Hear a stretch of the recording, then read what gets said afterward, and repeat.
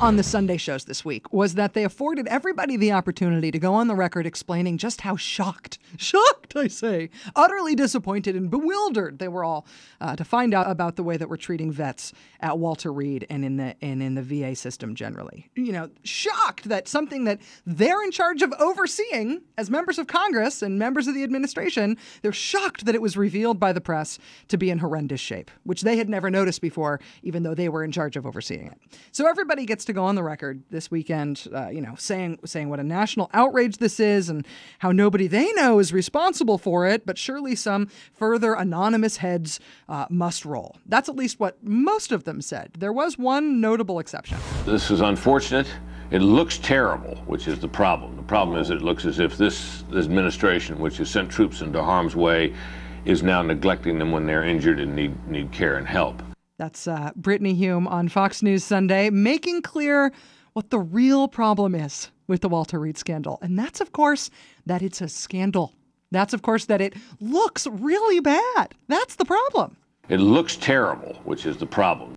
It makes it look like the administration is neglecting the troops and the veterans. And that appearance is clearly an emergency, a public relations emergency for the administration. God bless Fox News and Brittany Hume. If they did not exist, I would have to make them up. One thing, though, which I'm naive enough to be disappointed in not being discussed on the Sunday shows this weekend, is the story that started to break at the very end of the day on Friday, that part of this Walter Reed scandal might in fact be a privatization, contracting, even a Halliburton scandal. Henry Waxman, who is the pit bull of the Democrats in Congress, says that part of what's going wrong at Walter Reed might be explained by the fact that Halliburton essentially is running it. Kind of Halliburton. A Halliburton executive who left Halliburton and founded his own new company, which is called IAP Worldwide Services, which does exactly the kind of stuff that Halliburton does. And the Army apparently gave a 5-year, $120 million contract to manage Walter Reed to this ex-Halliburton company, to IAP. And presumably they got that contract on the strength of that company's previous experience in government contracting. I mean, what could be a better recommendation than the fact that the founder was a Halliburton executive? Because Halliburton contracts have worked out great for the U.S. taxpayer so far.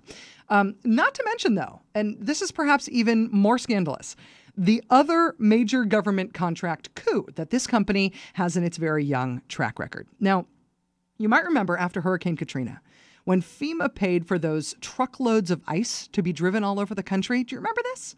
It was semi-trucks full of ice that they bought for Katrina survivors that ended up idling for weeks, like in Portland, Maine. 91,000 tons of ice, $100 million worth of ice, 150 semi-trucks full of ice. The drivers got paid double time to drive the trucks around the country and never turn off the engines so the ice wouldn't melt, and they never delivered any of it to New Orleans. Do you remember that scandal? After Katrina? Well, the ice company, the company who got the contract, got the $100 million of your money to drive the ice all over the country, that was IAP, the ex-Halliburton guy who apparently also got the job to manage Walter Reed.